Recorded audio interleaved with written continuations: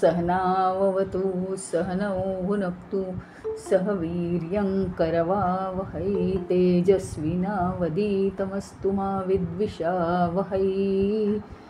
ॐ शान्ति शान्ति शान्तिः। अखण्डमण्डलाकारं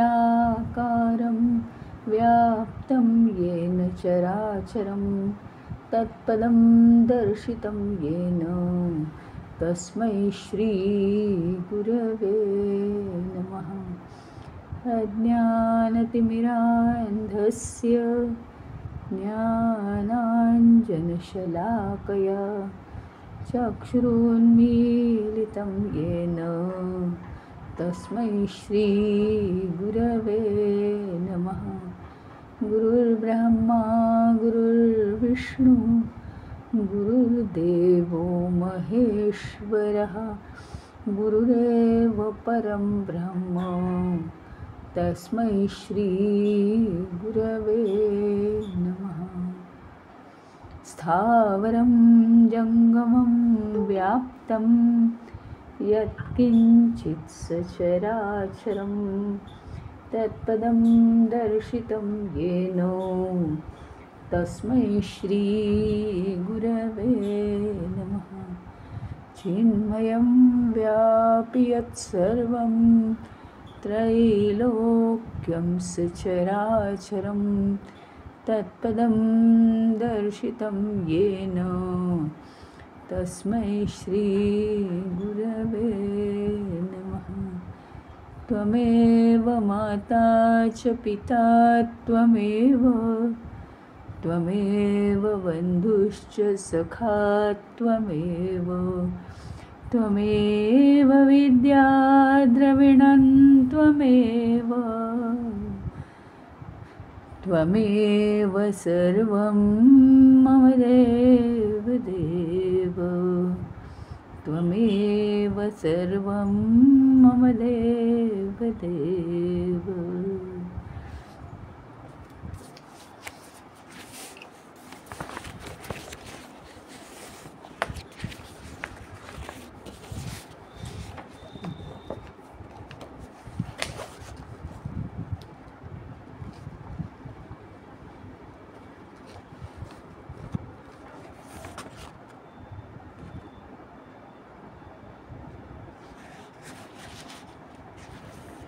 पृथ्वीपेक्षा महान काही नाही आणि पृथ्वी म्हणजे जड ना। पृथ्वी ही जड आहे, त्याच्याप्रमाणे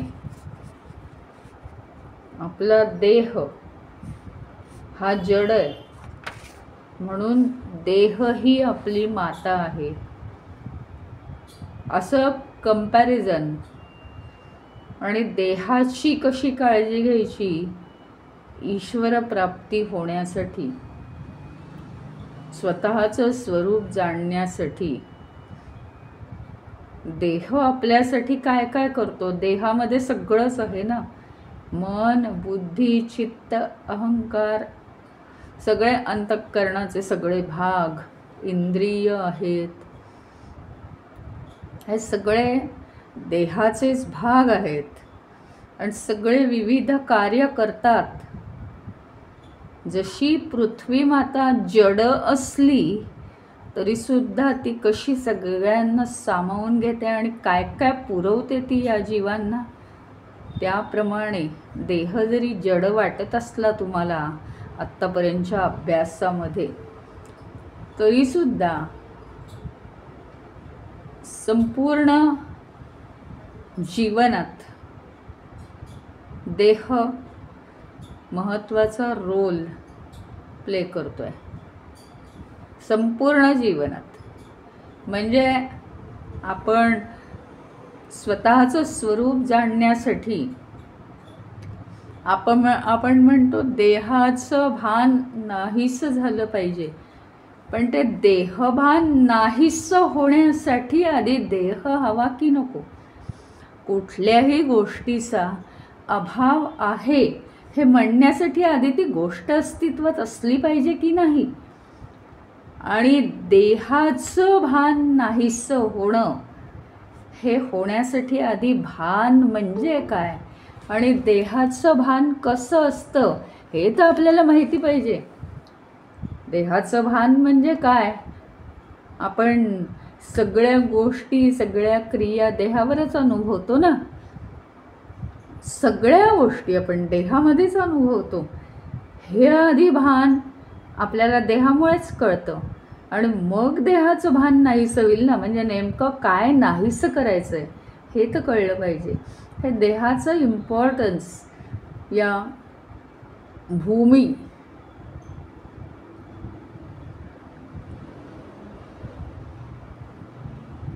भूमीचं उदाहरण घेऊन, पृथ्वी मातेचं उदाहरण घेऊन देहाचं इम्पॉर्टन्स सांगितलं आहे.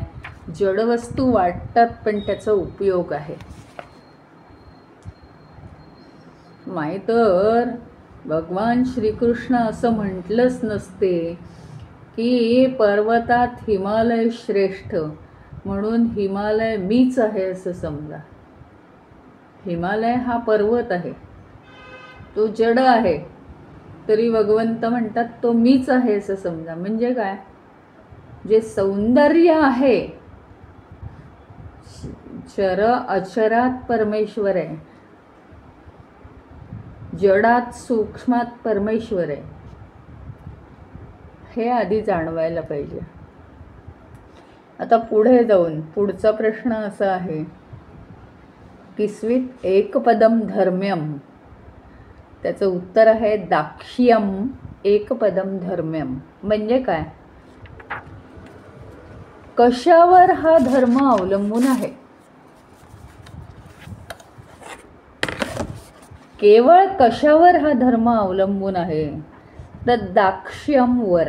दाक्ष्यम याचा अर्थ कार्यक्षमता, केपेबिलिटी, ॲबिलिटी, कपॅसिटी. आपली जीवनात काय काय केलं पाहिजे, छोट्या छोट्या गोष्टी सगळ्या या यक्ष प्रश्नामध्ये सांगितल्या आहेत. कारण मनुष्य काय करतो? नुसतं सगळं उगीच ढोबळमानाने करण्याचा प्रयत्न करतो आणि ढोबळमानाने तसे काहीच प्रयत्न होत नाहीत.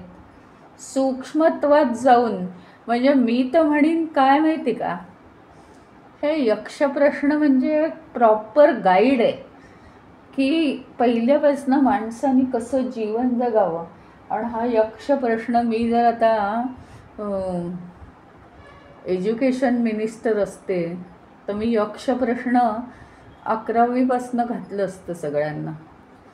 दरवर्षी त्यातले 4-4, 8-8 चॅप्टर्स शिक्षण संपेपर्यंत सगळं कळलं असतं मुलांना आपसूक. नुसतं म्हणजे हवाई चाललेली आहे मुलांची, तर त्याच्याऐवजी त्यांनी हे सगळं बारीक सारीक समजावून घेतलं. आणि काय, एज्युकेशन सिस्टीममध्ये जे असतं तो अभ्यास मुलं चांगली करतातच आहे ना, सगळी मुलं चमकत आहेत. पण तरी हा विषय, या विषयाने जमिनीवर आणलं असतं सगळ्या मुलांना. इतकं छान बारीक सारीक गायडन्स आहे. म्हणजे नुसतं एकेका लाईनमध्ये प्रत्येक यक्षाचा जो प्रश्न आहे त्यातनं नेमकं काय सुचवायचं आहे असं एक तयार करायला पाहिजे. कारण हे आपण एक्सप्लेनेशन पाहतो आहोत सगळ्या गोष्टींचं, पण काय का आवश्यक आहे जीवनात. हा तर प्रश्न इतका छान आहे की धर्म हा जो आहे, हा धर्म म्हणजे मला जर माझा धर्म पाळायचा असेल ना आयुष्यात, तर मी काय केलं पाहिजे? माझी कार्यक्षमता वाढवली पाहिजे, कपॅसिटी वाढवली पाहिजे, माझी केपेबिलिटी वाढवली पाहिजे. कारण त्याच्यावरच सगळं अवलंबून आहे. नाही तर मी धर्म काय जगणार मग?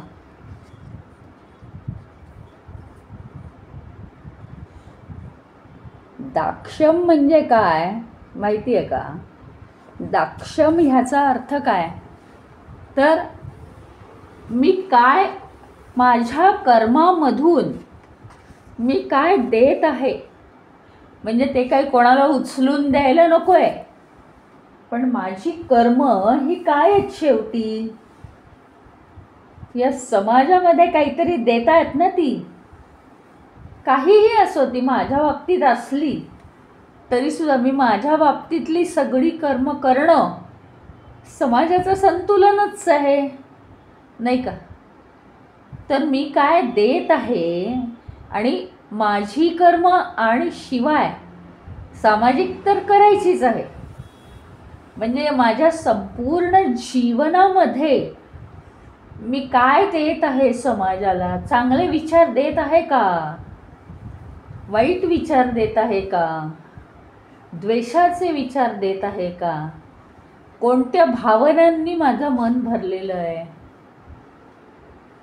बुद्धी सूक्ष्म करून मी काहीतरी देत आहे का ज्ञान? हे सगळं महत्त्वाचं आहे. याला म्हणायचं दाक्षम,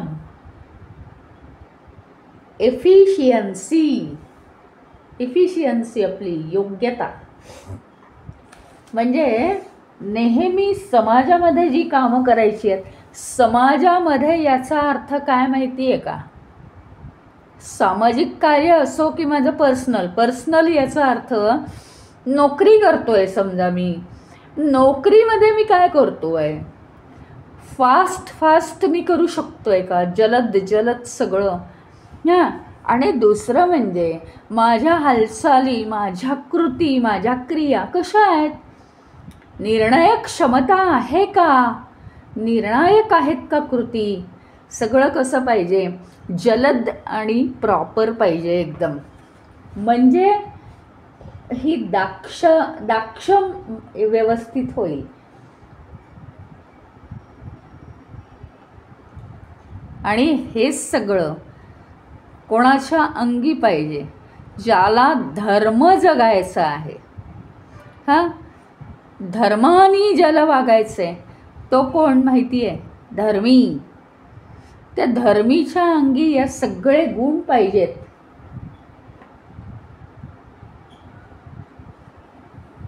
धर्मी म्हणजे काय? जी व्यक्ती धर्माचं रक्षण करते ती धर्मी. धर्माचं पालन करते ती धर्मी. मग आता धर्माचं पालन करायचं आहे तर गुणवत्ता तशी हवी ना. धर्म पाळण्यासाठी त्याच्यासाठी सक्षम पाहिजे ना आपण, नाही का? तशी गुणवत्ता आपल्याला अंगी हवी. काय हवी गुणवत्ता? कुशलता पाहिजे एखाद्या कामात, चतुराई पाहिजे, हुशारी असायला हवी, कार्यक्षमता असायला हवी. तरच आपल्याला धर्माची स्थापना करता येणार आहे. धर्माची स्थापना म्हणजे काय? सगळ्यात चांगल्या गोष्टी करणं, पॉझिटिव्ह आणि दुसऱ्याला फायदा होईल अशा गोष्टी करणं म्हणजे धर्माची स्थापना करणं.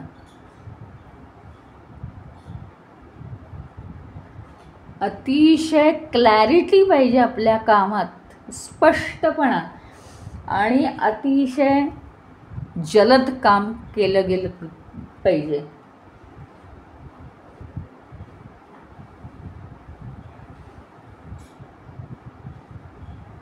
हे सगळं केव्हा होईल? ज्यावेळी आपल्याला हे कळून चुकेल की संपूर्ण विश्व म्हणजे ईश्वराची सेवाच आहे, तर हे अतिशय फास्ट होईल आपल्याकडून. आणि ती दृढता जेव्हा आपल्यामध्ये येईल, पूर्णपणे विश्वास बसेल, तेव्हा आपण हे अतिशय स्पष्टपणे कार्य करू शकू.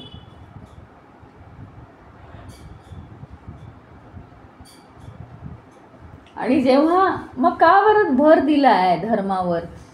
तर जेव्हा आपण धर्माने वागू तेव्हाच आपल्याला ईश्वरत्व प्राप्त होणार आहे.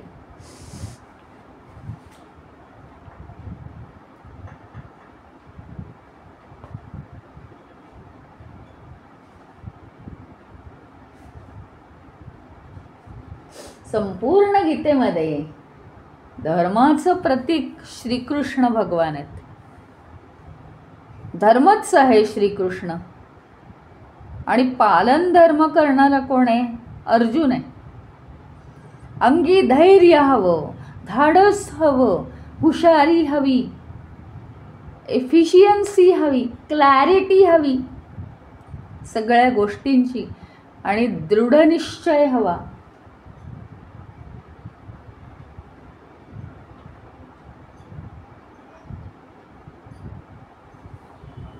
आत्मविश्वास जबरदस्त हवा. बराबर निर्णय घेणं, कामामध्ये निपुण असणं अत्यंत आवश्यक आहे.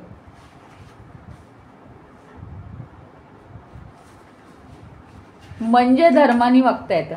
आता लोक म्हणतात, हे महत्त्वाचं आहे, लोक काय म्हणतात की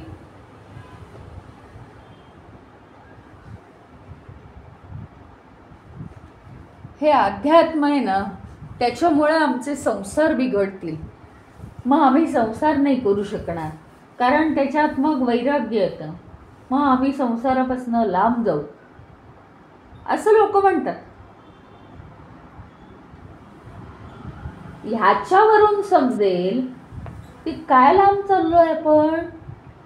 मुळात हेच सांगितलंय जे आपण करत नाही प्रॉपरली. आपल्याला जर ईश्वर प्राप्ती करून घ्यायची असेल तर भोळ्या भाबड्यांसारखं बसलं ध्यानाला असं नाहीये.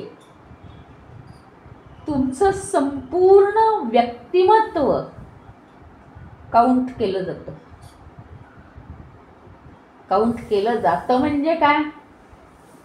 संपूर्ण दिवसभरातून. कारण आधी आहे ना, अनेकदा हा विषय झालेला आहे की मानवाचं जीवन जे आहे ते स्वतःचं वैयक्तिक जीवन नाही, ते सामाजिक जीवन आहे. त्या पुरुष सूक्तामध्ये तो जो विराट पुरुष आहे त्याच्यात ही कल्पना स्पष्ट केली आहे की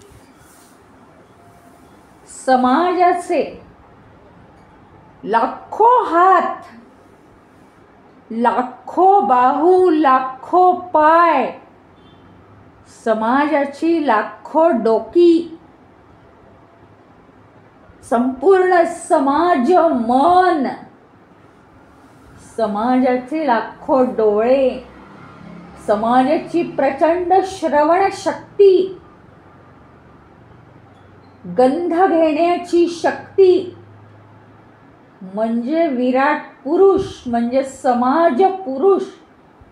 आणि हा समाज पुरुषाचा एक अंश आपण आहोत. आपण आपलं जीवन स्वतंत्रपणे जगू शकत नाही. जे काही आपण करतो, आपल्याला वाटतं की आपण एकटे स्वतःचं जीवन जगत आहोत. साधा तुम्ही श्वास घेता सोडताना तुमचं मन जर वाईट असेल तर वाईट प्रवृत्ती, वाईट विचार समाजामध्ये पसरतात. इतकं सूक्ष्म शास्त्र आहे. महर्षी कणाद यांनी या अणुशास्त्राचा प्रथम शोध लावला. त्यांचा जर सखोलतेने अभ्यास केला, कारण ते आहे आम्हाला अभ्यासाला वैशेषिक सूत्रांमध्ये, सखोलतेने त्याचा जर अभ्यास केला तर असं आढळून येईल की सगळं जर अणुरेणूचं शास्त्र आहे, श्वासातून सुद्धा हे विचाराचे अणू समाजामध्ये पसरतात. इतकीशी सुद्धा आमच्या मनाची चलबिचल, आमच्या मनाचा द्वेष झाला नाही पाहिजे असं म्हटलं गेलं आहे शास्त्रामध्ये. ते होईल असं सांगता येत नाही, पण तरीसुद्धा त्याचं काय महत्त्व आहे हे सांगितलेलं आहे. त्याच्यामुळे आपल्याला फक्त वाटतं की आम्ही वैयक्तिक जगत आहोत, आम्ही कोणावर काय अवलंबून आहोत का? अवलंबून आहोतच.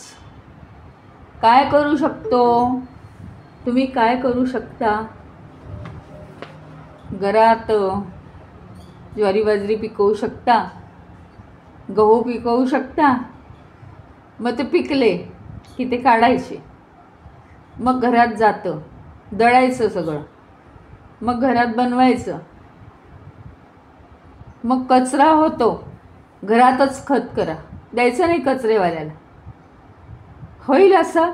एक माणूस काय काय करू शकतो सगळं करून दाखवा. हे एक उदाहरण आहे.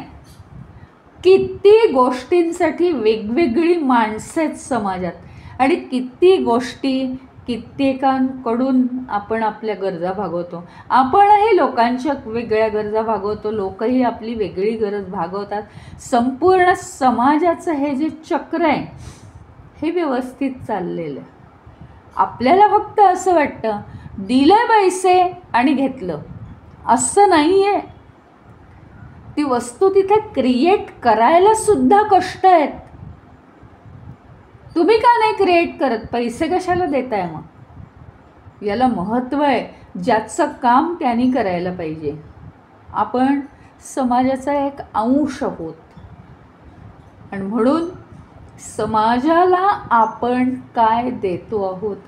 नोकरी. मी माझी नोकरी करतोय, मी माझे पैसे कमावतोय. म्हणजे काय? मी कष्ट करतोय मग मला पैसे मिळतात. हे नाही चाललेलं. हे नाही चाललेलं. काय आपण समाजाला देतोय म्हणजे ते पर्सनॅलिटी डेव्हलपमेंटचा कोर्स असतो ना, त्याच्यात काय शिकवतात माहिती का? आधी पहिली गोष्ट उदारतेची हवी. म्हणजे काय?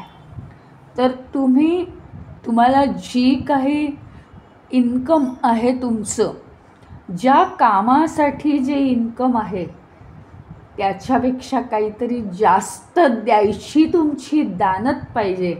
म्हणजे हे एक प्रकारचं श्रमदान झालं. त्यानंतर दुसरा भाग त्यांनी असा सांगितला की जे काही तुम्ही कमावता, म्हणजे तुम्हाला जे पटेल पचेल ते तुम्ही करायचं, त्यातला 1/10 भाग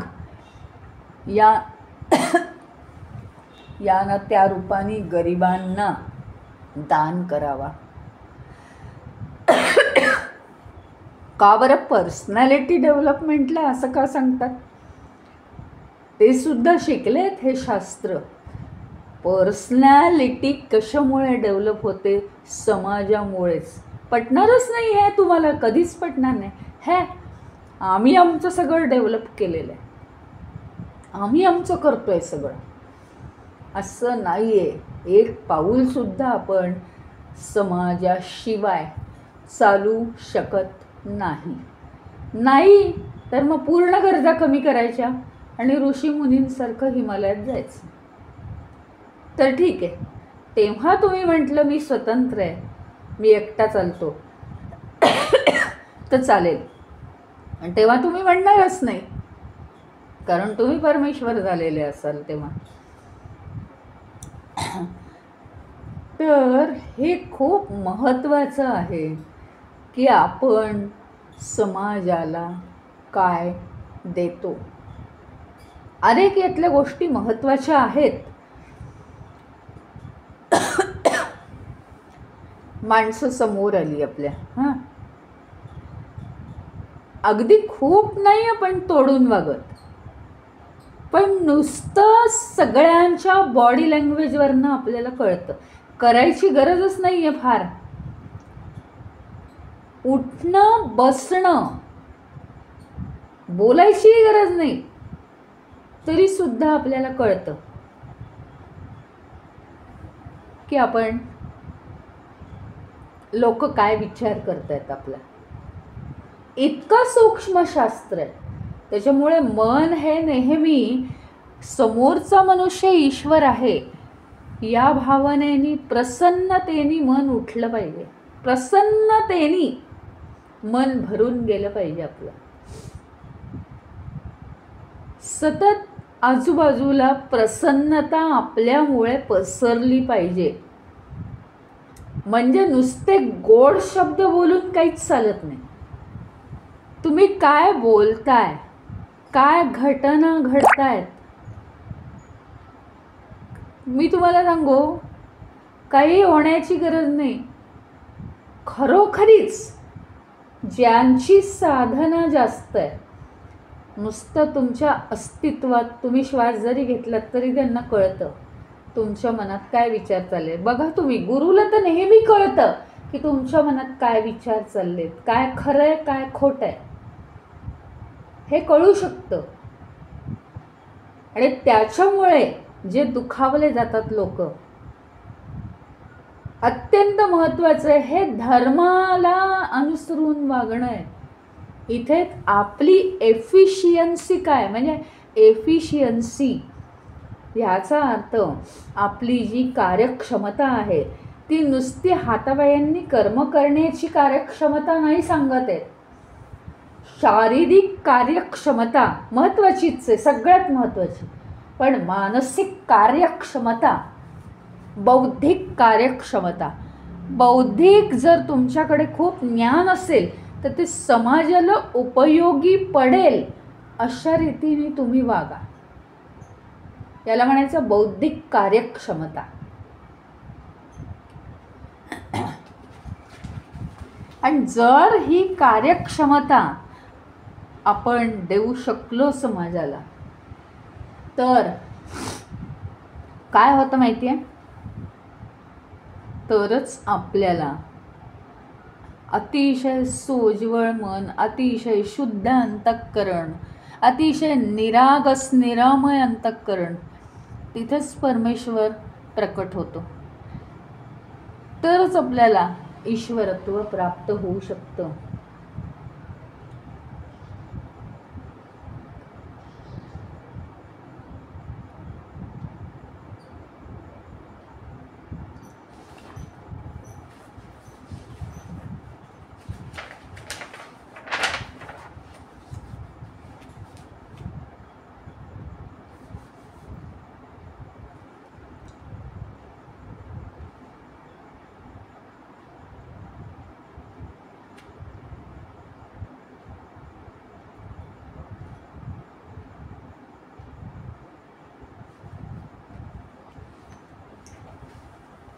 म्हणजे काय की तुम्ही ज्या पदावर असाल या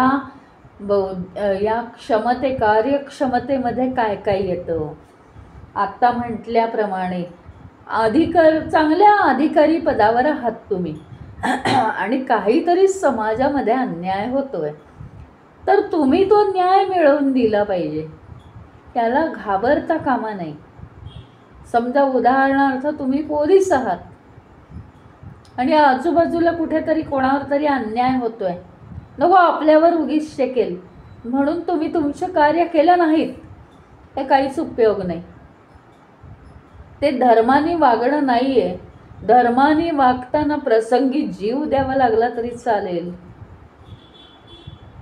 धर्मानेच वागायला पाहिजे.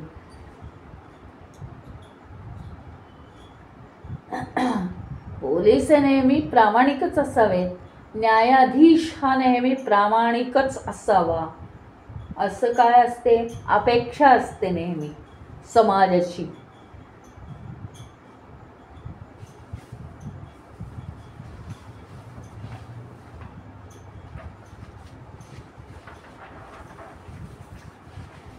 पुढचा जो प्रश्न आहे तोही महत्वाचा आहे अत्यंत.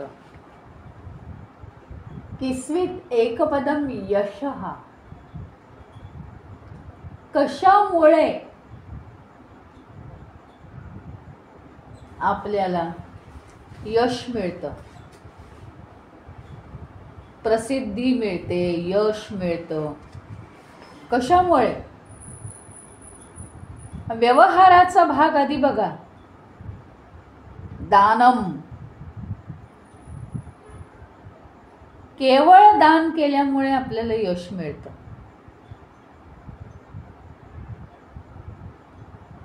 कार्यक्षमतेमध्ये दान येऊन गेलेलंच आहे, पण दानाचा वेगळा मुद्दा इथे दिलेला आहे.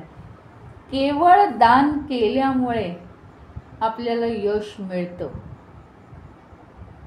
परत हा मुद्दा असाच आहे की आपल्या जीवनात आपल्याला जे काही असतं, हे बघा हां, समजा अगदी लागून लागून लागून लागून घर आहेत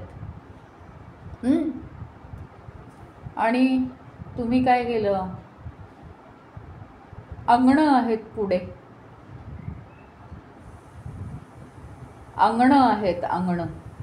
तर त्या अंगणांमध्ये तुम्ही सडा टाकला, रांगोळी टाकली, झाडं वाढवली, हां, असं केलं. कोणी जास्त झाडं वाढवली, कोणी कमी झाडं वाढवली.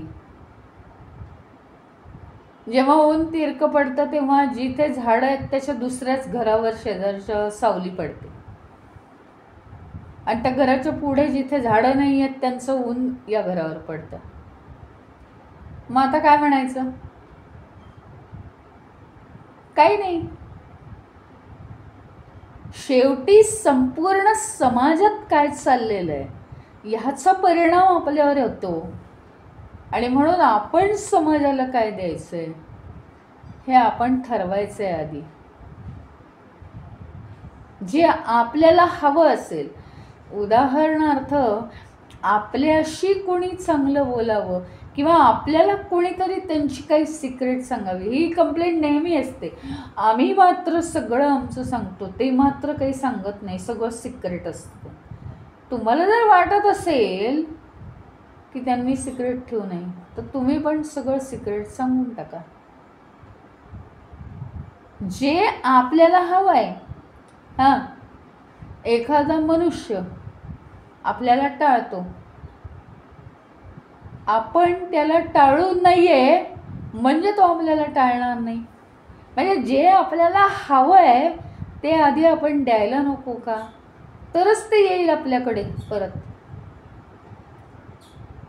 मग जर दुसऱ्याला काही दान दिलं, आता दान हा विषय खूपच मोठा आहे, तुम्हाला माहिती आहे, अनेक वेळा झालेला पण आहे दान हा विषय, की दान हे कुठल्याही प्रकारचं करता येतं, पण अर्थातच कुठल्याही प्रकारचं दान करता येतं. म्हणून आमच्याकडे पैसे असले तरी आम्ही पैसे दान देणार नाही. आम्ही वेळ देतोय ना असं नाही. कुठल्याही प्रकारचं दान आपल्या जास्तीत जास्त कपॅसिटीनुसार आपण देऊ शकतो, असा त्याचा अर्थ आहे.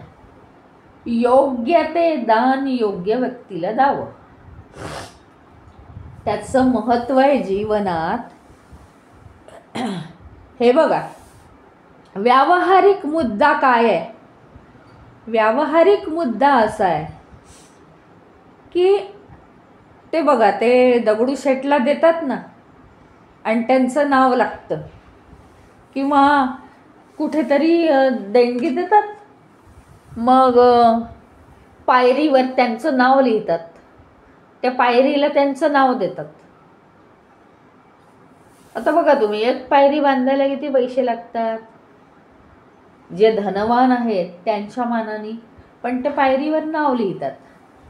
आता याच्यात सांगण्याचा मुद्दा असा आहे की पायरीवर नाव लिहिल्यावर त्यांची प्रसिद्धी होते का नाही? मग त्यांची जर प्रसिद्धी होते ती कशामुळे होते? दान दिल्यामुळे. दान दिल्यामुळे प्रसिद्धी होते, हा व्यावहारिक मुद्दा आहे. मग तर तुम्ही कोणाला तरी काहीतरी शिकवलं, मग त्यांना तुम्ही आवडता, त्यांना बरं वाटतं, त्यांना यायला लागतं एखादी गोष्ट, म्हणजे काय झालं?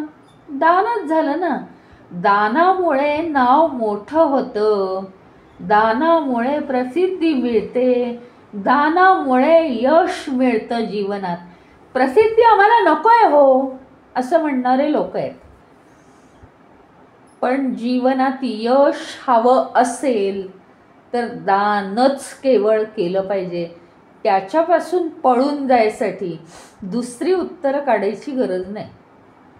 दान म्हणजे केवळ दानच केलं पाहिजे. आता अंतर्यज्ञ, अंतर्यज्ञ तुम्ही एक स्वतंत्रपणे स्वतःचा विचार करा, स्वतंत्रपणे. कोण कोण आहे? एखादा मनुष्य आहे बरं का. आता त्याला दान द्यायचंय, सगळ्यांना दान द्यायचंय, तर मग तो काय करतो? 4-5 जणांना बोलवतो, ज्याला ज्याची गरज असेल त्याला ते दान देतो. तो ज्याला ज्याची गरज आहे त्याला दान देतो. आता बघा, एखादा शेतकरी आहे हां, आणि दान देणारा जो आहे तो अतिशय सामान्य माणूस आहे. तो दान फार काही जास्त देऊ शकत नाही, 200-400 रुपयाचं दान देऊ शकतो. त्याला इच्छा आहे, हा शेतकरी एवढा कष्ट करतो, प्रामाणिक आहे, हा शेतकरी प्रामाणिक आहे, म्हणून याला दान द्यावं. तो काय करतो? मनुष्य काहीतरी दान करायचे, मग तो काय करतो माहिती आहे? त्याला कुदळ आणि फावडं बक्षीस देतो, दान देतो, दान, ज्याचा त्याला खूप उपयोग आहे. याला म्हणायचं दान देणं. योग्य माणसाला योग्य ते दान द्यायचं,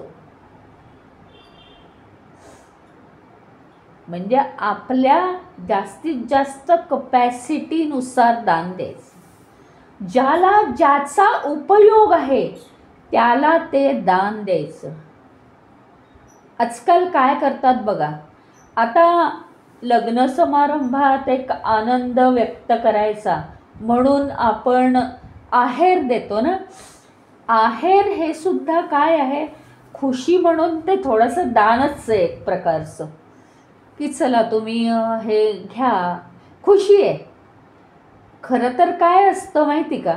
तो ज्याचा त्याचा प्रश्न आहे, मी काही खूप शहाणपणा शिकवत नाही आहे, पण सपात्री दान द्यावं हा जो विषय आहे, तर आपण आनंद व्यक्त करायचा म्हणून दान देतो ना, तर लग्न समारंभात खर्च झालेलाच असतो आणि कितीही काहीही म्हटलं तरी पैसे हाताशी हवे असतात. तर कुठल्याही वस्तूंपेक्षा पैसे द्यावेत. म्हणजे हे काही मी सांगत नाही आहे, फक्त एक सुचवणं आहे, या विषयाला धरून एक विचार व्यक्त करणं. बाकी प्रत्येकाचा आपला आपला प्रश्न आहे, आपल्याला जे योग्य वाटेल तेच आपण करावं, तेच आपण करतो. पण ही एक उदाहरणं आहेत, बाकी काही विषयाला धरूनच आहे जे काय सांगते. आता आंतरिक यज्ञाकडे आपण येतो आहोत. आमच्याकडे काय काय आहे आणि आजपर्यंत आम्ही या सगळ्यांना काय काय दिलं आहे. दान द्यायला आम्हाला काही फार लांब कुठे जायची गरज नाही आहे. माझ्याकडे माझा देह आहे, माझं मन आहे, माझी इंद्रिय आहे, माझी बुद्धी आहे, माझा अहंकार आहे आणि माझं चित्त आहे ज्याच्यामध्ये वासना राहतात. अत्यंत प्रेमाची माझी माणसं आहेत, ती अत्यंत प्रेमाची. यांच्यासाठी आम्ही काय केलं आहे आजपर्यंत? यांना आम्ही संपूर्ण जन्म झाल्यापासून पूर्ण मृत्यू येईपर्यंत आमची साथ देतात. त्यांना काय एखादी साडी नेसवायची आहे का अलंकार घालायचे आहेत? काय केलंय काय आम्ही त्यांचं? पण देह म्हणजे मात्र मी म्हणून मिरवतो, मन म्हणजे मीच असं म्हणून त्या मनाला दुःख झालं की रडत बसतो, त्या मनाला आनंद झाला की मलाच आनंद झाला म्हणतो. हां, बुद्धीच्या जोरावर काहीतरी केलं की मिक्स केलं म्हणतो. हे आम्ही त्यांचं सगळं कार्य आम्ही आमच्या मोठेपणासाठी घेतो आणि त्यांना कोरडच ठेवतो. काय त्यांचे अलंकार आहेत, काय त्यांची आभूषण आहेत, त्यांना काय दिलंय आम्ही? देहावर इतकं प्रेम पाहिजे की त्याला जे आवश्यक आहे तेवढंच, जेवढं आवश्यक आहे तेवढंच अन्न दिलं पाहिजे. ज्या ज्या वेळी जी जी औषधं आवश्यक आहेत ती दिली पाहिजेत. आराम दिला पाहिजे. या पद्धतीने देहावर प्रेम केलं पाहिजे. देहाला योग्य ती कामं करण्यासाठी प्रेरित केलं पाहिजे.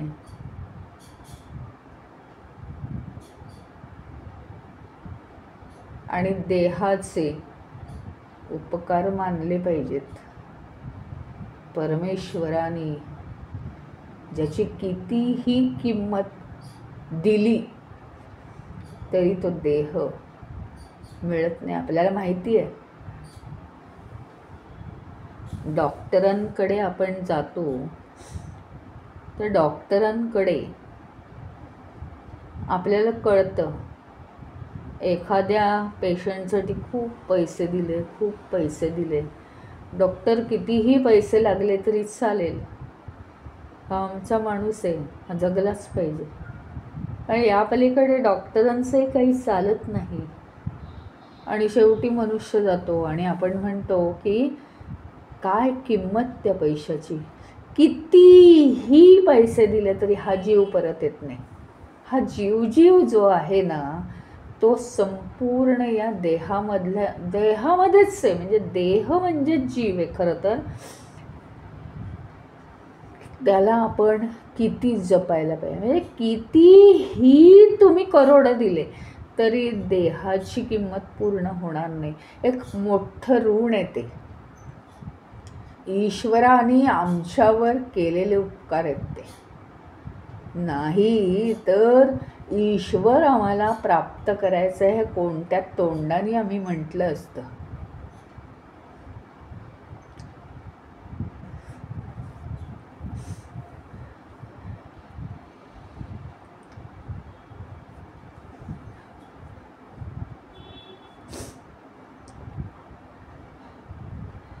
त्याचप्रमाणे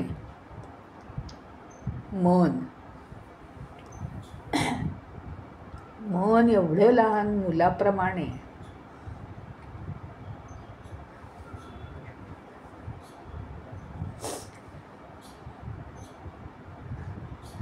खरं तर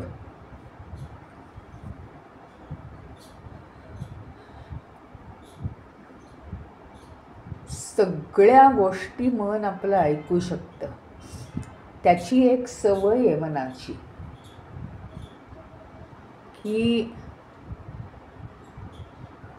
तुम्ही त्याला आधी एका विषयामध्ये रमवा. म्हणजे काय? रमवा म्हणजे काय तर संपूर्णपणे तो विषय रिपीट झाला तर मनाला त्याची गोडी लागते. आजपर्यंत अनेक जन्मांमुळे त्याला गोडी आहे त्या मायेची, म्हणून ते मन तसं वागतंय. आणि तेच मन आपण अभ्यास केल्याप्रमाणे त्या मनाशिवाय कोणीही आपल्याला त्या परमेश्वराप्रत नेणार नाहीये.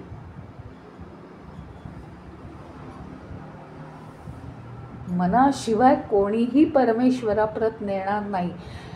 त्या परमेश्वराप्रत जाण्यासाठी मन नाहीसं झालं पाहिजे, म्हणजे मन शांत झालं पाहिजे, गोष्ट वेगळी आहे.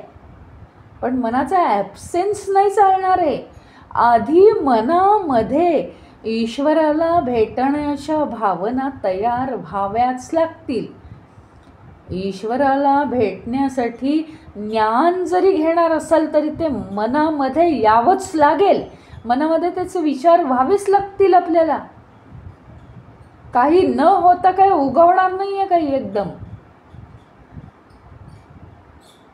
सगळ्या गोष्टी आधी कराव्याच लागतील मनामध्ये तयार, आणि मग त्या गोष्टी होणार आहेत. मग मनाला आपण कोणत्या गोष्टींचं वळण लहानपणापासून, आई वडील लहानपणापासून मुलांना बारीक सारीक गोष्टींचं वळण लावतात. आमचंच मन आहे मृत्यूपर्यंत साथ देणारं. त्या मनाला आम्ही कोणत्या गोष्टींचं वळण लावलेलं आहे. माझं मन फार चंचल आहे, माझ्या मनात गोंधळ उडाला आहे, माझं मन अशांत आहे, हे आपण म्हणू कसं शकतो? कोणतीच जबाबदारी नाही का आपली? मनाला दान काय दिलंय आपण? काय दिलंय मनाला? देहाला काय दिलंय? मनाला काय दिलंय आजपर्यंत? मनाला दिलंय का तुम्ही? ध्यानात कसं बसायचं ही सवय मनाला लावली आहे का? भलत्या वेळेस भलत्या गोष्टी करायच्या नाही ही सवय मनाला लावली आहे का? किंवा ईश्वरामध्ये मन रमवणं त्याच्यासाठी ते रिपीट केलं आहे का? साध्या साध्या गोष्टी आहेत. परीक्षा जवळ आली की खूप रिपीट करतो, तेव्हा कुठे ते आठवताना पेपरात येतं. नाही तर जूनमध्ये शिकलेलं मार्चच्या पेपरात येत नाही काही. दिवाळीपासून रिपीट करावं लागतं सारखं, तेव्हा कुठे ते पेपरात येतं, उतरतं. मनाला अशा बारीक सारीक गोष्टींची कोणती वळणं लावली आहेत? योग्य ठिकाणी दान करायचं, ते मन आड येतं. नको काही दान नको करायला, आपण मजेत राहू, आपण जास्ती पैसा घेऊन राहू, एवढंसं सुद्धा कोणाला दान द्यायला नको, तेवढेच आपल्याला पैसे होतील. आणि काय संबंध आहे? कशाला लोकांना वेळ द्यायचा आहे? आपण आपला आरामात राहू व्यवस्थित. समाजापासून अलिप्त राहणं योग्य नाही आहे. ज्याला ज्याची गरज आहे ती गरज भागवली पाहिजे. आणि ते करत असताना मनमानी करून चालत नाही. समजा काहीतरी आपण समाजासाठी करतोय. आता बघा, हे संघवाले शाखा घेतात ना, त्यांनी जर असं केलं, नाही रे आता 4 दिवस शाखा नाही घ्यायची, आता मला कंटाळा आला, तर नाही होणार ना, ते सामाजिक कार्य होणारच नाही. म्हणजे त्याला रेग्युलॅरिटी खूप लागेल, त्याला काहीतरी द्यावं लागेल. त्याच्याप्रमाणे आमच्या मनाला, आमच्या बुद्धीला हे आपले जीवलग, म्हणजे जीवलग ह्याचा अर्थ जीवाला लागून असलेले असे हे आपले प्राणच आहेत जवळजवळ. अहो आमचा प्राण आहे ना, आमचा श्वास, त्याला आम्ही काय दिलंय सांगा बरं? कमीत कमी दिवसातनं 2 तरी दीर्घ श्वास घ्यावेत, तर त्याला वळण लागणार आहे. बाकीचं प्राणायाम शास्त्र मी सांगूच शकत नाही, मी काय फार करत नाही. पण तो श्वास शांत व्हायला किंवा रेग्युलर व्हायला करून पहा तुम्ही. एकदा सकाळी उठल्यावर आणि एकदा जेव्हा पोट रिकामं आहे तेव्हा एकदा 2 दीर्घ श्वास घेऊन पहा. काय करतात ते आपल्यावर उपकार. या सगळ्या जीवलगांना आपल्या जीवनात काय दिलंय. केवळ त्यांनी केलेली सगळी कामं मी केली म्हणून मिरवतो आपण. कारण आपण देहामुळे व्यक्त होऊ शकतो आणि व्यक्त होतो म्हणून आपण मिरवतो. मी केलं. बुद्धीने केलं म्हणजे मी केलं. मनाला विचार आला म्हणजे मला आला. ते सगळे पडद्याआडच राहतात. त्यांना आपण काय दिलंय. बुद्धीला तीक्ष्ण होण्यासाठी असं कोणते आपण ड्रायफ्रुट्स खायला घातलेत सांगा मला तुम्ही. कोणती बुद्धीची कामं केली आहेत. बुद्धीनी शार्प व्हावं, बुद्धीनी तीक्ष्ण व्हावं. अनेक बुद्धी वाढवण्याचे जे मार्ग आहेत, बुद्धीची कामं करायला पाहिजेत आपण सगळी. काही आजकाल जर कोणाला म्हटलं ना की आता या विषयावर तुम्ही बोला तर झालं सगळं बारगळलंच. मग नकोच. बुद्धीची कामं आम्हाला नको आहेत. म्हणजे काय, त्याच्यावर काही मी कुणावर ताशेरे ओढत नाही आहे. पण आम्ही आमच्या बुद्धीला काहीतरी देण्यासाठी एक छोट्या गोष्टी ट्राय केल्या पाहिजेत.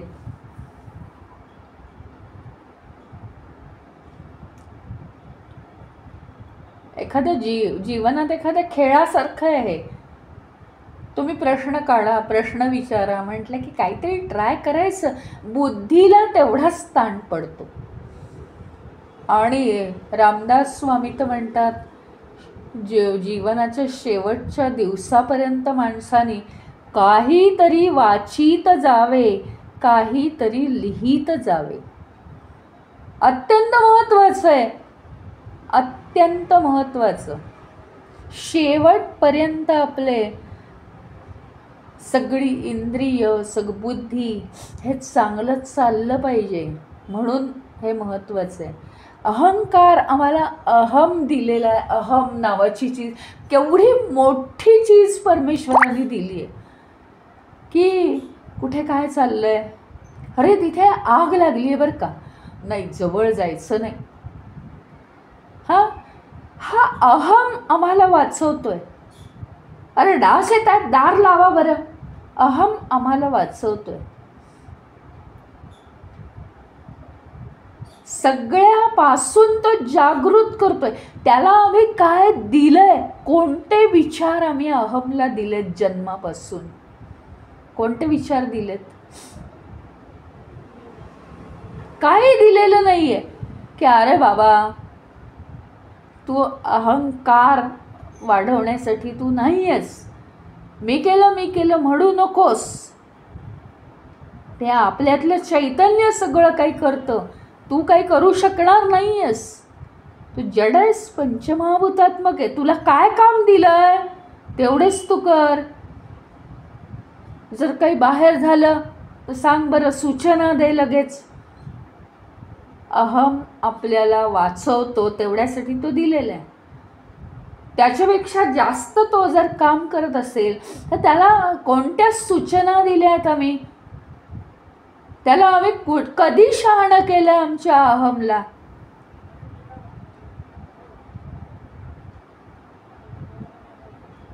आमचं चित्त आहे, चित्तात वासना तयार होतात. त्या वासनांची सगळं नियंत्रण कधी केलंय आम्ही, आवराआवर कधी केली आहे. त्या चित्ताची आवराआवर कधी केली आहे की इथं पुन्हा वासना निर्माण होणार नाही. आहे बघा, एखाद्या जागी ती जागा जर हे नसेल, धूळबीळ झाली तर कधी झुरळ होतात. मग आपण काय करतो, अरे साफ करतो, फ्लिटबीट मारतो, औषधं मारतो. या वासनांचं नष्ट होणं हे आम्ही काय केलंय? जंतुनाशकं मारली आहेत का त्याच्यावर? पुन्हा चित्तात वासना तयार होऊ नयेत म्हणून आम्ही काय केलंय? झालोय का आम्ही अलिप्त? प्रत्येक भूतकाळापासून आम्ही अलिप्त झालोय का? हेच जंतुनाशक आहे त्याच्यावर. भूतकाळ मनात आला की झाले जम्स तयार.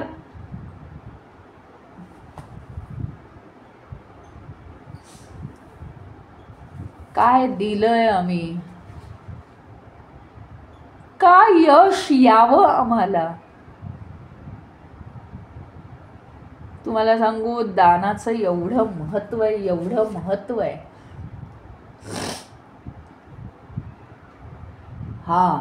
इंद्रद्युम्न राजा होता. त्याने खूप दानधर्म केले. त्याची अगदी ख्याती आहे. खूप दानधर्म केले म्हणून तो आता स्वर्गात गेला बरं का. पुण्य जास्त झालं पापापेक्षा, 50% पुण्य जास्त झालं. तो स्वर्गात गेला. पुराणातली कथा आहे.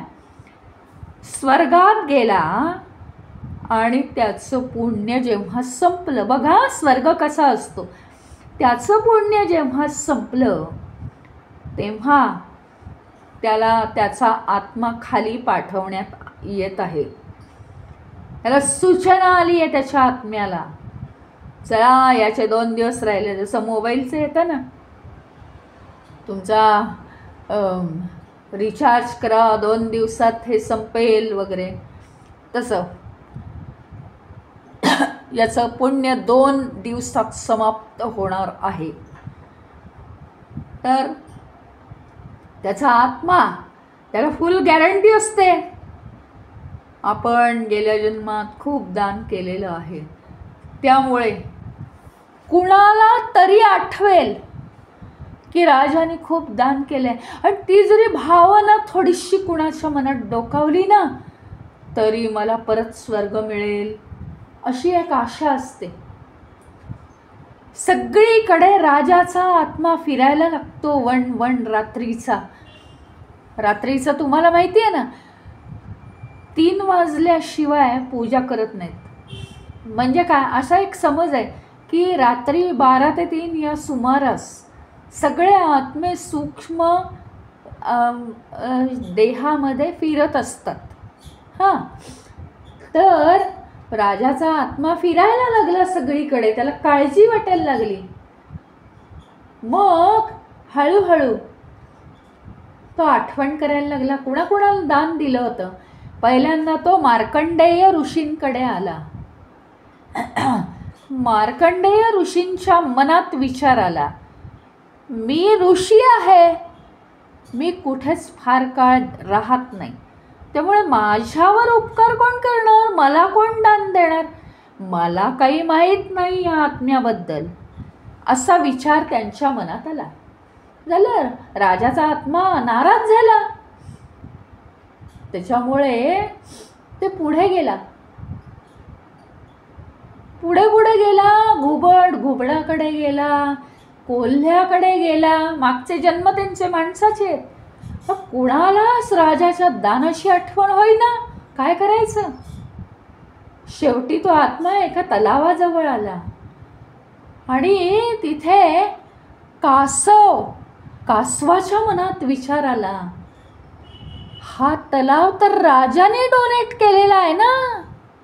म्हणजे आपल्या मनात विचार येतात ना, ते तरतरेच्या आत्म्यांच्या सूक्ष्मतेमुळे सुद्धा येऊ शकतात.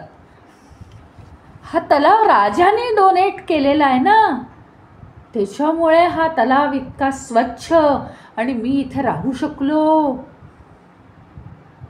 इतका फक्त कासवाच्या मनात विचार आला आणि राजाच्या आत्म्याला पुन्हा स्वर्ग प्राप्त झाला.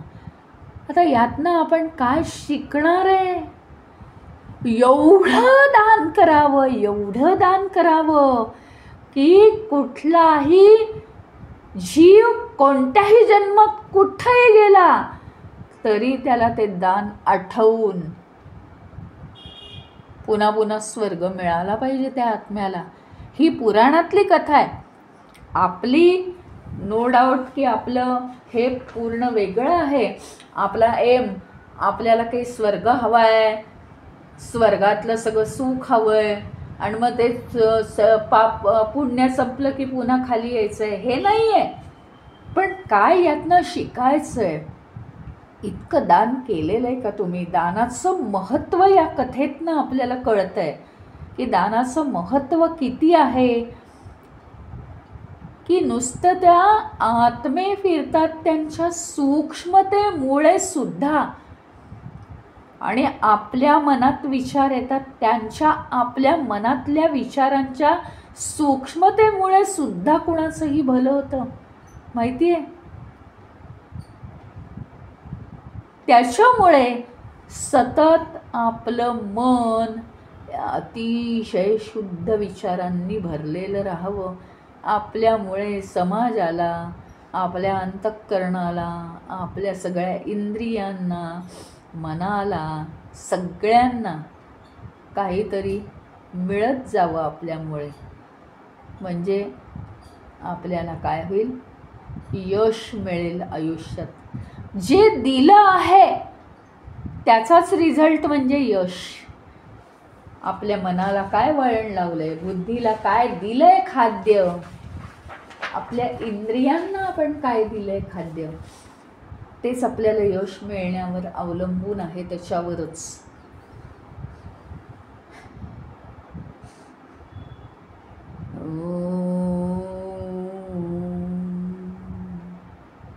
ओम पूर्णमद पूर्णमिदं पूर्णात् पूर्णमुदच्यते पूर्णस्य पूर्णमादाय पूर्णमेवावशिष्यते. ओम शांति शांति शांति. हरि ओम. श्री गुरुभ्यो नमः. हरि